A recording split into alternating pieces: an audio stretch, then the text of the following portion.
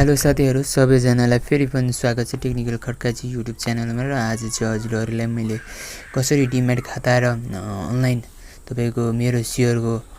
तपाईले चाहिँ ट्याक्स या तपाईको फी तिर्ने हैन कसरी चाहिँ रिन्यु गर्ने तपाईले हैन तपाईले मेरो शेयर लगायत तपाईको डिमेट खाता कसरी तपाईले सजिलैसँग घर बसेर गर्न सक्नुहुन्छ है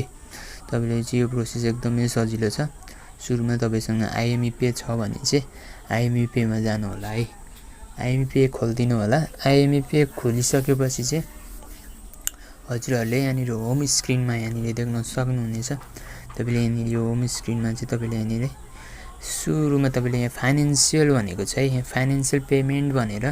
सेकेन्ड अप्सन मा तपाईले यहाँ देख्न सक्नुहुन्छ पहिला फर्स्ट अप्सनमा के छ भने हाम्रो बिल्स पेमेन्ट भनि छ त्यसपछि सेकेन्ड अप्सनमा फाइनान्शियल पेमेन्ट भनेर अप्सन दिएको छ त्यो फाइनान्शियल पेमेन्टमा चाहिँ जानु होला र त्यहाँनिर साइडमा राइट ह्यान्ड साइडमा तपाईले यहाँ देख्न सक्नुहुनेछ डिमेट मेरोशेयर भनेको छ है यहाँनिर क्लिक गर्दिनु होला है डिमेट मेरोशेयर भनेर लेखेको छ टक्क क्लिक गर्दिनु होला क्लिक गर्ने साथै हजुरहरुले चाहिँ यहाँनिर तपाईले सिलेक्ट गर्नुपर्ने हुन्छ तपाईको कुन हो भनेर है तपाईको कुन बैंकबाट तपाईले डिमेट या मेरो शेयर भर्नु भएको थियो त्यो चाहिँ हेरिदिनु पर्ने हुन्छ र तपाईले चाहिँ आफ्नो डिमेट र शेयर होल्डर प्रोवाइडर कुन बैंक हो त्यो चाहिँ तपाईले यहाँ सिलेक्ट गर्दिनु होला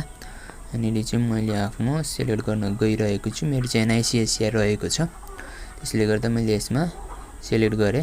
सिलेक्ट गरिसकेपछि चाहिँ हजुरहरुले क्लाइन्ट आइडी हुन्छ है तपाईहरुको क्लाइन्ट आइडी हुन्छ त्यो क्लाइन्ट आइडी चाहिँ यहाँनिर हाल्नु पर्ने हुन्छ र क्लाइन्ट आइडी हालिसकेपछि चाहिँ तपाईले तपाईको त्यहाँनिर माथिपट्टि तपाईले यहाँ देख्न सक्नुहुन्छ क्लाइन्ट आइडी भनेको चाहिँ तपाईको डिमेट अकाउन्ट हैन यो 13013700 पछिको नम्बर हुन्छ तपाईको डिमेट नम्बर हैन त्यो डिमेट नम्बर चाहिँ यो क्लाइन्ट आइडीमा हाल्दिनु होला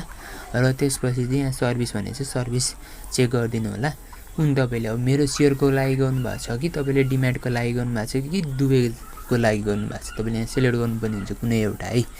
अब तपाईले एउटा पनि मात्र नि गर्न सक्नुहुन्छ मेरो शेयरको चाहिँ तपाईले हेर्दिनु होला हैन तपाईको डेट एक्सपायर भएको छैन होला तपाईले जुन डेटमा गर्नु भएको थियो नि त्यही अर्को वर्ष त्यही मन्थमा चाहिँ एक्सपायर हुन्छ मेरो शेयरको चाहिँ तर इन केस अफ डिमेटको चाहिँ त्यस्तो छैन है हरेक असार मसान्त भनेको चाहिँ असारको अन्तिममा चाहिँ हजुरहरुले अन्तिमसम्म चाहिँ यो रिन्यु गराइसक्नुपर्छ हरेक तपाईले भर्खरै मात्र डिमेट अकाउन्ट खोल्नु भएको थियो अस्ति सपोज तपाईले वैशाख जेठतिर खोल्नु भएको थियो भने फेरि अहिले यो असार मसान्तमा चाहिँ तपाईले रिन्यु गराउनै पर्छ है किनभने डिमेटको केसमा चाहिँ तपाईको त्यसो मेरो शेयरको एक्सपायरी डेट लागू हुँदैन यसमा चाहिँ तपाईले हरेक असारमा चाहिँ तपाईले यो डिमेट खाता रिन्यु गराउनु पर्ने हुन्छ त्यसैले गर्दाखेरि चाहिँ यदि तपाईले बोथ चाहनुहुन्छ भने बोथ गरिदिनु होला यहाँ अप्सन छ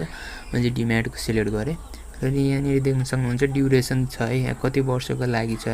अनि तपाईले यहाँ डिमेट कति वर्ष यताउति छ तपाईले नर्मल्ली 1 वर्ष गर्दा हुन्छ है 1 वर्ष इज बेस्ट हरेक वर्ष गरिदिनु होला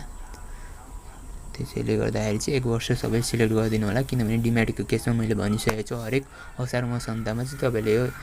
गर्नुपर्ने हुन्छ त्यसैले गर्दाखेरि चाहिँ म चाहिँ 1 वर्ष चुज गरे तपाईको नाम हाल्दिनु होला यहाँनिर फुल नेम हाल्दिनु होला र तपाईको नम्बर हाल्दिनु होला